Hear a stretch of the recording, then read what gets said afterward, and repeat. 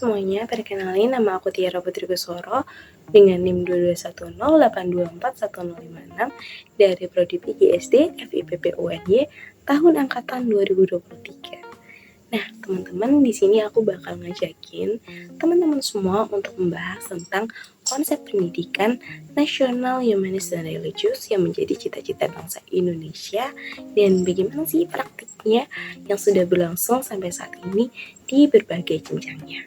Namun sebelumnya aku mau izin karena di sini aku membawa handphone. Di sini ada catatan poin-poin yang nanti kita akan bahas gitu terkait konsep pendidikan yang menjadi cita-cita bangsa Indonesia ini, supaya kita nggak out of topic gitu ya. Nah, langsung aja deh teman-teman, kita tahu nih kalau dalam pembukaan Undang-Undang Dasar Negara Republik Indonesia tahun 1945 tercantum bahwa salah satu cita-cita bangsa Indonesia adalah mencerdaskan kehidupan bangsanya. Nah, di sini kita tahu kalau praktik pendidikan nasional yang ada di Indonesia yang sedang berlangsung saat ini, itu kalau misalnya ditanyakan, sudah tercapai belum sih cita-citanya? Tentu, jawabannya belum. Bukan tidak, bukan juga sudah, tapi belum dan sedang dalam proses gitu kan. Nah, di sini ada beberapa faktor yang mempengaruhi proses tersebut. Yang pertama di sini aku bakal bahas tentang sarana prasarana. Dalam sarana prasarana ini kita tahu kalau misalnya negara Indonesia dan negara kepulauan, dari belasan ribu pulau yang ada di Indonesia ini otomatis punya akses untuk mobilitas yang berbeda-beda ya. Ada yang aksesnya mudah, ada juga yang sulit, harus menyeberang laut, harus menyeberang pulau gitu kan. Di sini menyebabkan adanya kesenjangan dalam fasilitas yang ada di tiap daerahnya, baik itu daerah pusat maupun daerah pelosok gitu kan, atau biasa kita sebut dengan daerah 3T. Nah, dalam hal ini di daerah 3T itu sangat terasa ya teman-teman, adanya kekurangan untuk teknologi ya, itu fasilitas sarana prasarananya belum memadai gitu untuk sekolah-sekolah yang ada di daerah 3T.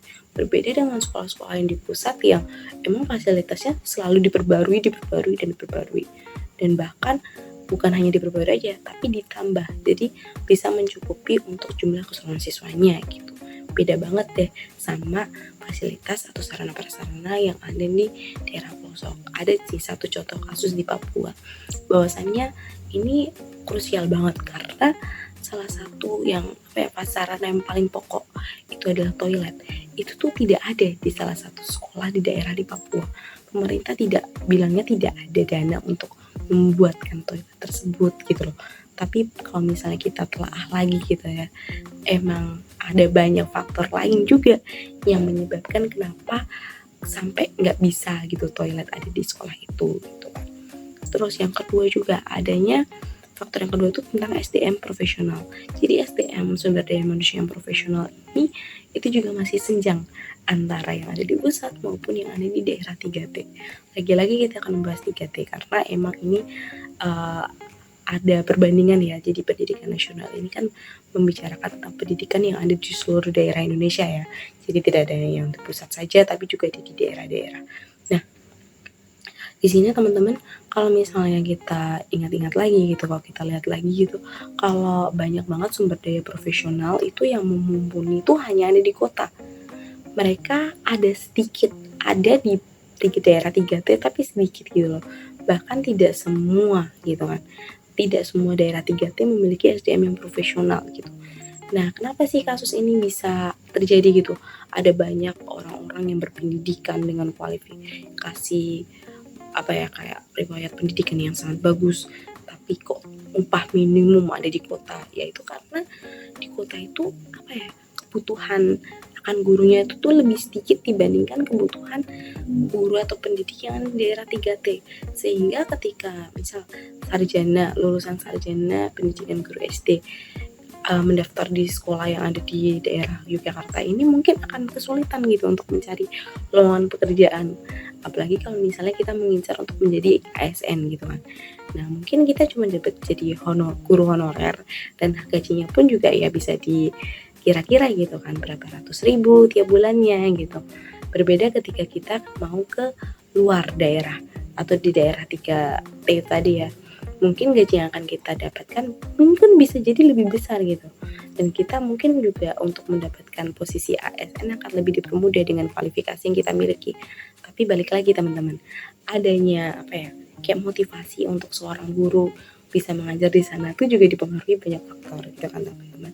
Dan di sini upah yang sesuai itu tadi, bisa jadi upah di daerah itu lebih tinggi karena memang gaya hidupnya itu juga tinggi, atau kayak kebutuhan pokok pangannya itu tuh tinggi sehingga dirasa tetap tidak cukup gitu loh. Upah minimumnya itu tuh masih dirasa kurang gitu. Gajinya kelihatannya tinggi berbanding terbalik dengan daerah yang ada di Pulau Jawa gitu ya.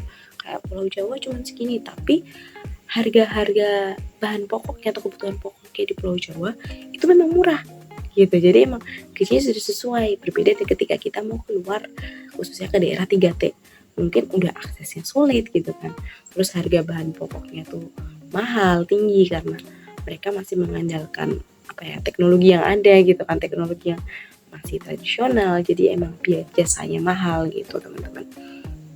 Nah, dan dalam hal ini juga SDM yang profesional tuh tidak hanya berkaitan dengan punya motivasi atau punya niat dan kompetensi yang memadai untuk mengajar, tapi juga kompetensi untuk menghadapi era digital. Karena kita tahu nih, kalau misalnya ada fasilitas tapi kalau gurunya gaptek juga sama aja, akan sia-sia gitu fasilitasnya, sarana prasarananya yang ada. Atau ada nih gurunya yang pinter banget, yang udah pinter IT-nya tinggi gitu ya, tapi nggak ada fasilitas yang mendukung, ya udah kemampuan gurunya ya udah stuck di situ aja gitu loh. Dan ini yang perlu diperhatikan juga ya teman-teman. Terus sekarang aku bakal bahas untuk faktor yang ketiga, yaitu tentang kebijakan kurikulum yang berubah-ubah. Nah, ini udah bisa kita lihat sendiri ya teman-teman. Biasanya bergantian kabinet dalam pemerintahan itu akan mengakibatkan perubahan di beberapa kebijakan yang ada gitu, yang ada di sebelumnya ditetapkan diubah lagi sekarang gitu. Ini juga berpengaruh sama kurikulum pendidikan yang ada gitu, kurikulum pendidikan nasional yang ditetapkan oleh bangsa, oleh pemerintah sendiri. Kenapa? Karena kurikulum ini tuh sangat besar dampaknya di dalam dunia pendidikan, apalagi di satuan pendidikan itu sendiri ya, di satu sekolah itu, karena di sini tuh butuh adaptasi yang cukup lama ya teman-teman, dari pendidik sendiri untuk mempelajari bagaimana modul ajaran yang terbaru. Kayak kemarin di K13 kita belajar pakai modul rencana pembelajaran RPP gitu kan, terus sekarang di kurikulum merdeka namanya modul ajaran, walaupun isinya memang sama gitu ya, hampir sama, tapi kan mesti ada tambahan lagi, ada tambahan pengurangan gitu kan, ada inovasi-inovasi baru di dalamnya. Nah, ini tuh para pendidik tuh harus bisa beradaptasi dengan cepat, dituntut dengan cepat. Namun sayangnya, kalau misalnya lagi-lagi tidak didukung oleh lingkungannya, sarana prasarananya, maka kecepatan itu juga akan mengikuti lingkungannya gitu loh. Jadi nggak bisa setara, nggak bisa cepat-cepat. Nah, ini pemerintah juga harus memperhatikan adanya kebijakan kurikulum ini. Kalau pendidiknya aja belum bisa beradaptasi dengan cepat, gimana ke peserta didiknya gitu kan. Peserta didiknya pun juga akan mungkin kesulitan gitu, dengan mereka akan kesulitan, kayak mereka biasanya belajar dari kakak kelasnya gitu ya, ada lungsuran atau apa sih namanya ya, kayak dapat turunan buku gitu dari kakaknya atau dari kakak tetangganya gitu kan. Mereka belajar dari situ, tapi dengan adanya perubahan kurikulum otomatis bahan sumber-sumber belajar mereka juga akan berubah gitu kan. Terus untuk orang tuanya sendiri, otomatis kan biasanya kalau seorang anak tuh apa-apa mengeluh ke orang tua gitu kan, kalau kesulitan tuh biasanya ke orang tua. Ini khusus yang kelas rendah ya, maksudnya masih sekolah dasar gitu kan. Nah, di sini orang tua juga akan sulit gitu untuk bisa membantu anak-anaknya itu fasilitas belajar itu terpenuhi gitu, karena mereka juga akan pasti kebingungan, ini kurikulumnya berubah, jadi cara belajar anaknya berubah, mungkin ada yang perlu bimbingan lagi, terus harus menambah fasilitas pendukung di rumah gitu kan, karena di rumah nggak ada jadi harus beli segala macam. Orang tua pun juga akan berusaha untuk beradaptasi, tapi belum tentu bisa dengan cepat gitu, apalagi daerah 3T tidak bisa secepat daerah yang ada di pusat gitu. Bahkan kalau misalnya kita teliti lagi gitu, saat ini walaupun pemerintah dari tahun 2022 udah netapin kebijakan kurikulum merdeka, tapi belum bisa seutuhnya dilaksanakan, apalagi di daerah 3T. Mereka akan masih terus beradaptasi gitu ya. Bahkan mungkin di sana bisa jadi mereka pakai kurikulum modifikasi untuk untuk memenuhi pengajarannya, media pembelajarannya, untuk memenuhi kegiatan belajar dan mengajar itu belum bisa sesuai dengan kurikulum yang ditetapkan pemerintah kayak gitu. Nah, terus di sini aku juga bakal bahas tentang konsep humanis dan religius. Nah, dalam konsep humanis dan religius ini, pendidikan itu merupakan hak setiap warga negara Indonesia. Bahkan ini sudah tertulis dalam Undang-Undang Negara Republik Indonesia tahun 1945 pasal yang ke-31 yang udah diamandemen gitu kan. Yang pertama nih, ayat yang 1 ini dikatakan bahwa setiap warga negara berhak mendapatkan pendidikan. Jadi tidak ada pengecualian, bahkan untuk kaum difabel pun tidak ada pengecualiannya gitu. Jadi semua warga negara di Indonesia yang WNI, statusnya WNI, itu berhak untuk mendapatkan pendidikan di Indonesia. Nah, terus yang kedua itu setiap warga negara wajib mengikuti pendidikan dasar dan pemerintah wajib membiayainya. Dalam hal ini pemerintah sendiri juga sudah menetapkan program wajib belajar 12 tahun, jadi dari awalnya 9 tahun, sekarang jadi naik lagi, jadi bertingkat jadi 12 tahun, jadi dari SD sampai SMA atau SMK, dan itu diatur dalam RUU Sidiknas gitu ya teman-teman. Terus habis itu ayat yang ketiga dikatakan bahwasannya pemerintah mengusahakan dan menyelenggarakan satu sistem pendidikan nasional yang meningkatkan keimanan dan ketakwaan serta akhlak mulia dalam mencerdaskan kehidupan bangsa yang diatur dengan undang-undang. Nah, jadi bisa dilihat nih, kalau pendidikan di Indonesia itu tidak hanya fokus pada kognitifnya, perkembangan kognitif, kecerdasan kognitifnya saja, tapi juga di sini tujuannya adalah untuk meningkatkan keimanan dan ketakwaan, yang mana hal ini berkaitan dengan religius peserta didik gitu ya, akhlak mulia gitu. Nah, terus habis itu di sini juga dikatakan di ayat 4 itu negara memprioritaskan anggaran pendidikan sekurang-kurangnya 20% dari anggaran pendapatan dan belanja negara serta dari anggaran pendapatan dan belanja daerah untuk memenuhi kebutuhan penyelenggaraan pendidikan nasional. Jadi ini merupakan dasar dari adanya biaya-biaya yang didistribusikan ke sekolah-sekolah gitu kan. Terus dan ayat yang kelima nih yang terakhir dikatakan bahwasannya pemerintah memajukan ilmu pengetahuan dan teknologi dengan menjunjung tinggi nilai-nilai agama dan persatuan bangsa untuk kemajuan peradaban serta kesejahteraan umat manusia. Nah, ini yang di-highlight adalah humanismenya.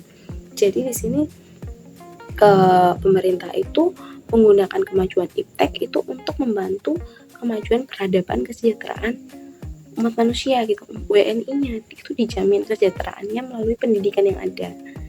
Nah, di sini teman-teman aku akan membahas tentang permasalahan-permasalahan yang ada di lingkup konsep pendidikan humanis dan religius.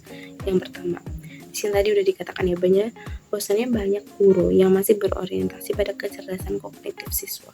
Jadi dari sini tuh mereka kayak untuk keimanan, untuk kemanusiaan itu tuh kayak nanti dulu, yang penting siswanya tuh cerdas dulu gitu, rankingnya tinggi dan segala macam. Dan di sini akhirnya menimbulkan adanya perbandingan siswa A dan B gitu. Jadi ada guru itu mulai membanding-bandingkan siswa secara kognitifnya. Nah, di sini akibatnya kalau misalnya kita jauh lagi, telah lebih jauh lagi, itu tuh sampai ke bullying.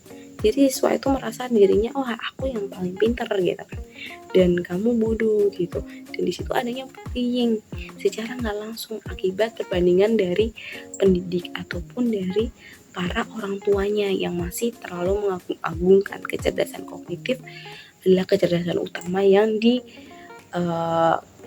gitu, atau diusung dalam konsep pendidikan ini. Nah, terus permasalahan yang kedua adalah biaya pemerintah yang masih belum ada transparansinya, sehingga dalam hal itu sekolah masih sering melakukan pungli gitu, pungutan liar, karena mereka merasa ketika mengadakan program pendidikan itu belum cukup dananya, otomatis mereka harus minta dari wali muridnya gitu. Dan ini makanya pemerintah tuh harus lebih transparan gitu untuk memberikan anggaran-anggaran. Tadi kan dasarnya udah ada kan, ini lebih ditransparasi aja kalau misalnya kalau butuh akses atau kesulitan biaya transportasi dan segala macam itu bisa disesuaikan, anggarannya bisa dicantumkan dan diberikan. Dan antara guru ke orang tua pun juga harus ada transparansinya gitu ya teman-teman, supaya dari orang tua tidak semata-mata langsung mengecap bahwasannya iuran atau permintaan dana yang dari sekolah itu tuh dicap sebagai pungli. Nah, terus selanjutnya ada yang permasalahan yang terakhir adalah kurangnya toleransi. Di sini banyak banget ada kasus nih, satu kasus guru yang memaksa seorang siswi nis untuk berhijab. Nah, dalam hal ini tuh kita bisa lihat kalau adanya intoleransi, tapi tidak di semua sekolah, hanya beberapa mungkin. Nah, ini yang perlu ditekankan dan perlu diperhatikan lagi sama pemerintah supaya ketika mengadakan supervisi itu tuh benar-benar jelas gitu kan. Terus ada juga permasalahan dari itu kan kaitannya dengan religius ya. Jadi penyesatan ajaran keagamaan. Jadi dalam hal ini tuh masih ada sekolah-sekolah yang berbasis agama itu swasta itu mereka memberikan pengajaran keagamaannya itu mohon maaf bisa dikatakan sesat gitu, tidak sesuai dengan ajaran agama yang sesungguhnya, dan ini sangat berbahaya untuk siswanya sendiri gitu, peserta didiknya gitu kan. Nah, terus sekarang tadi kita udah bahas tentang permasalahannya dari konsep pendidikan nasional, humanis, dan religius. Nah, di sini aku juga bakal ngasih solusi inovasi yang bisa diterapkan atau mungkin udah diterapkan sebetulnya, tapi mungkin bisa lebih digerakkan lagi, bisa dibangkitkan lagi gitu.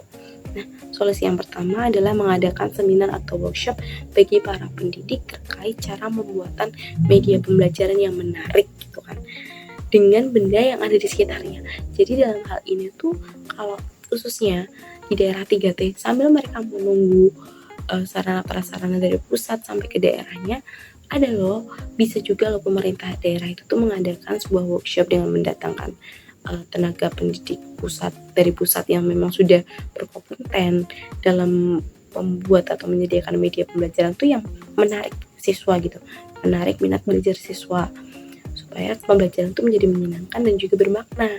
Nah, di sini dengan memanfaatkan benda-benda yang ada di sekitarnya, atau bisa dikatakan benda-benda atau alam yang ada di sekitarnya untuk dijadikan sebuah media pembelajaran yang menyenangkan dan interaktif gitu kan. Terus bisa juga dengan sosialisasi teknologi tepat guna. Jadi di sini para guru-guru yang ada di daerah 3T itu mereka dipersiapkan dulu, dibekali dulu dengan kompetensi menggunakan teknologi supaya mereka ketika barang datang mereka bisa menggunakannya dengan tepat. Jadi tidaklah ya ada gaptek gitu, pendidiknya nggak gaptek lagi gitu kan, mengurangi angka kegaptekan di pendidik itu, supaya kalau gurunya gaptek gimana lagi siswanya gitu kan, atau mungkin bahkan siswa akan lebih canggih, maksudnya siswa akan lebih pandai dalam menggunakan teknologi, karena itu sangat maksudnya itu sangat bagus. Hanya saja mungkin guru jadi akan kesulitan untuk mengawasinya atau memantau gitu kan. Terus habis itu solusi yang kedua adalah menyediakan layanan khusus untuk para guru itu dibantu. Sebenarnya dari pemerintah sekarang udah ada layanan GTK, layanan guru dan tenaga kependidikan dari pemerintah. Namun ini bisa lebih disosialisasikan, bisa disebarluaskan ke seluruh tenaga pendidik supaya mereka mengerti apa sih layanan ini, apa aja yang disediakan gitu kan. Mereka bisa berkonsultasi terkait pengajaran yang sesuai dengan karakteristik peserta didik yang terus berubah tiap tahunnya. Karena kalau misalnya kita berpatokan dengan karakteristik siswa di zaman dahulu, maksudnya di zaman-zaman sebelum ini, itu akan generasi-generasi sebelum Z ini akan sangat berbeda ya teman-teman, karena karakteristik siswa itu tuh berubah sesuai dengan perkembangan zaman. Jadi perlu adanya pembaharuan dari proses pengajaran, dari model pengajaran, metode pengajaran yang digunakan si guru itu tadi. Terus habis itu yang ketiga adalah di sini adalah untuk menciptakan SDM profesional yang mau mengajar di daerah 3T. Jadi pemerintah tuh bisa menyediakan sebuah, di sini pemerintah udah ngadain PMM, pertukaran mahasiswa merdeka gitu kan. Mereka disebarkan ke berbagai pulau, universitas yang ada di pulau-pulau lain gitu kan. Di sini mereka bisa mengenal bagaimana kebudayaannya yang ada di daerah tersebut gitu. Nah, di sini pemerintah itu bisa ngadain acara-acara semacam ini lebih dibanyakin lagi dengan memberikan benefit itu yang sebanding. Dalam artian di sini tuh ketika ada mahasiswa yang diarahkan atau diutus untuk belajar di pulau lain, apalagi khususnya di daerah 3T gitu. Di sini pemerintah bisa berani gitu bertanggung jawab dalam menyediakan fasilitasnya, membantu mereka menunjang proses kegiatan praktek mereka, belajar mereka di daerah 3T tersebut. Bahkan di sini pemerintah daerahnya itu daerah 3T itu bisa lebih memberdayakan atau menggerakkan lagi sumber daya alam yang ada di sana. Karena fakta aja nih, sekarang tuh banyak banget generasi muda yang memang suka dengan trip ke daerah pelosok yang masih sangat alam gitu, dengan apa sih kayak dengan kedok healing gitu kan. Padahal itu juga bisa pemerintah mengadakan atau memancing semangat dari para mahasiswa, para tenaga pendidik yang fresh graduate untuk bisa ngajar di daerah sana, tertarik untuk bekerja di daerah situ dengan cara memberdayakan sumber daya alamnya kayak gitu. Bahkan di sini juga pemerintah daerah itu tuh bisa bekerja sama pihak kampus untuk membuat kontrak kesepakatan semacam perjanjian penyediaan space atau ruang untuk bekerja bagi mahasiswa yang kemarin nih udah penelitian, udah praktek, udah kayak KKN, udah praktek SM3T di daerah itu, supaya mereka tuh bisa bisa terus melanjutkan program-programnya dengan fasilitas yang memadai dan itu udah dijamin sama pemerintah. Karena biasanya tuh ya udah sekedar berkunjung, sekedar bertukar mahasiswa gitu, pertukaran mahasiswa aja, nggak ada tindak lanjut selanjutnya. Padahal tuh bisa jadi kayak modal awal gitu. Kalau misalnya mau SDM yang bagus dari pusat gitu ya, maka pemerintah daerah tuh bisa menarik kayak buat kesepakatan gitu. Nanti kamu kalau lulus dari kampus, kamu bisa langsung bekerja lagi melanjutkan program kamu di sekolah yang kemarin kamu ajar gitu, atau kamu bisa bukan mendirikan juga langsung mendirikan gitu, tapi kayak bersama pemerintah bisa bekerja sama untuk mensurvei sekolah mana yang sekiranya masih butuh bantuan gitu kan. Terus selanjutnya di sini solusi inovasi yang keempat di sini tuh pemerintah tuh harus bisa lebih teliti dan lebih tegas dalam proses penyusunan hingga penetapan sebuah kurikulum nasional, supaya jangan sampai ada kurikulum yang berubah-ubah, belum selesai diubah udah berubah lagi, sebelum selesai adaptasi pendidiknya udah berubah lagi. Itu akan merugikan berbagai pihak dalam dunia pendidikan, dan otomatis kualitas pendidikan akan sulit untuk dikatakan maju kayak gitu. Terus solusi dan inovasi yang kelima yaitu adalah sekolah membangun hubungan yang baik antara orang tua dengan guru dan juga dengan siswa gitu kan. Jadi ada transparansi dari hasil belajar siswa. Di situ para guru bisa memberikan tidak hanya sekedar menyerahkan rapot, tapi bisa memberikan sedikit percakapan, obrolan ringan gitu, bagaimana perkembangan si anak A ini ketika di sekolah, cocok enggak dengan kegiatan yang ada di rumah cocok enggak sikapnya, perilakunya beda apa enggak kayak gitu. Jadi kayak bisa dicari perkembangan yang sekiranya untuk ke arah yang lebih baik kayak gitu, solusi untuk perkembangan yang lebih baik. Terus habis itu transparansi juga ketika ada iuran dari sekolah meminta dana dari orang tuanya, itu bisa ditransparasikan kayak gitu.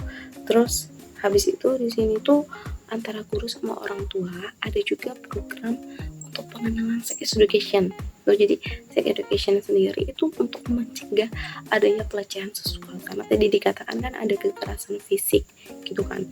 Permasalahannya tuh ada kekerasan fisik secara fisik maupun verbal, bahkan hingga ke pelecehan seksual gitu kan di permasalahan yang bagian humanis dan religius tadi. Nah, ini untuk mencegah, salah satu pencegahannya adalah dengan pengenalan sex education di sekolah dan juga di rumah. Supaya apa? Supaya si anak ini bisa mengerti tentang pentingnya tentang kesehatan reproduksi dan bagian tubuh mana yang tidak boleh disentuh dan bagaimana cara mengatasi apabila hal itu sudah terjadi kayak gitu.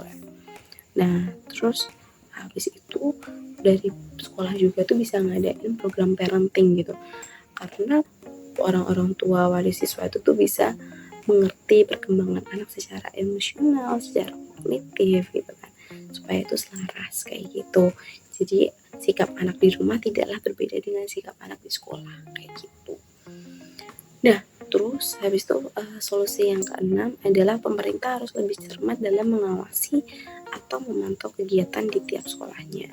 Jadi apakah dari pengadaan supervisi, dari pemerintah udah ngadain supervisi pengawas-pengawas gitu kan, apakah pembelajaran atau proses yang berlangsung di sekolah ini sudah sesuai SOP atau belum? Nah, itu harus dicek, itu harus benar-benar lebih teliti, lebih cermat gitu.